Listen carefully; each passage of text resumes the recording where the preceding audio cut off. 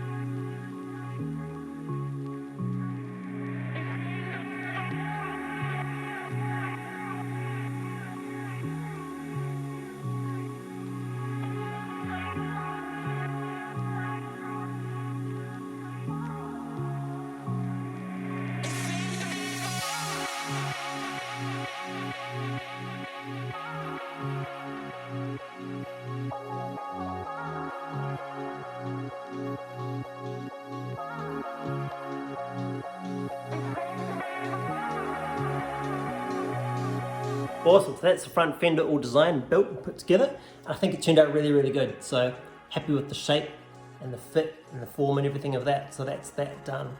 Actually, I finished that about a month ago.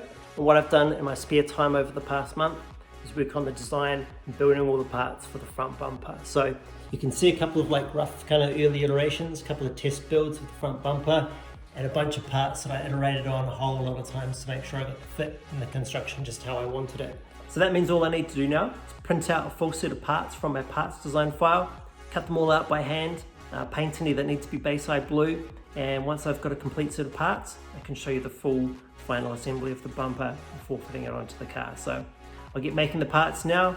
Probably take me a couple of nights to cut them all out, and then yeah, we'll go from there. So see you shortly.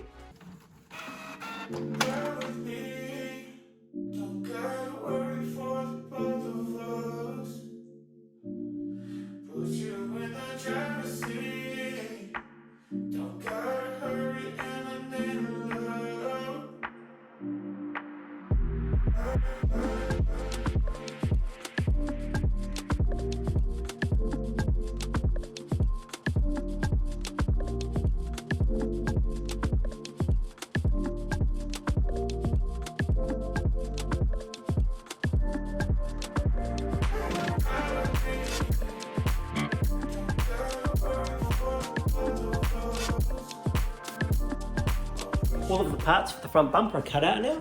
You can see them all there. So that ended up taking a couple of nights and a couple of afternoons to cut them all out by hand. So the last thing I need to do before I can start assembling them all together is to take the parts that I've cut out from this thin white card, just take them outside and spray them in the Bayside blue with my spray can. So we'll do that now, and then I can start putting the bumper together.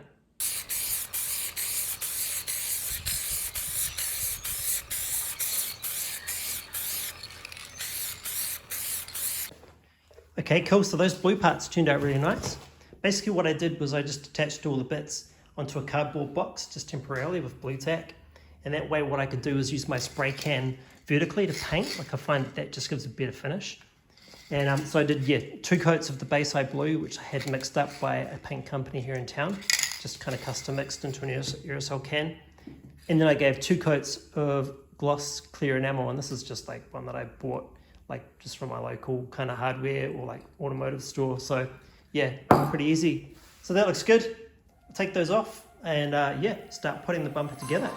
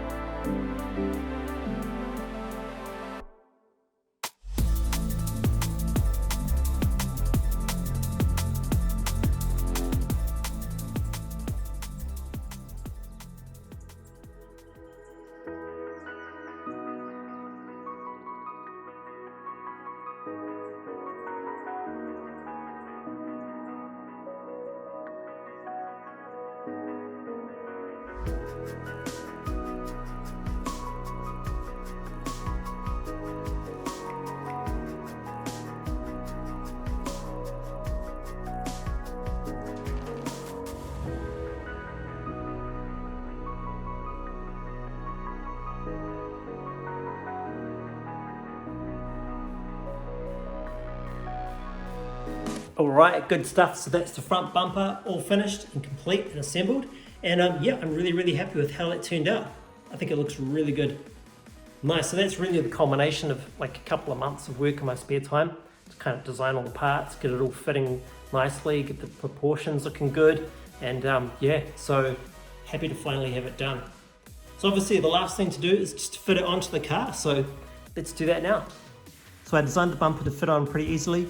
There's just two vertical slots, one here and one here on the back of the bumper, and they just correspond to two big tabs on the front end of the car. So these two here. So yeah, it should just fit over and push on pretty easily.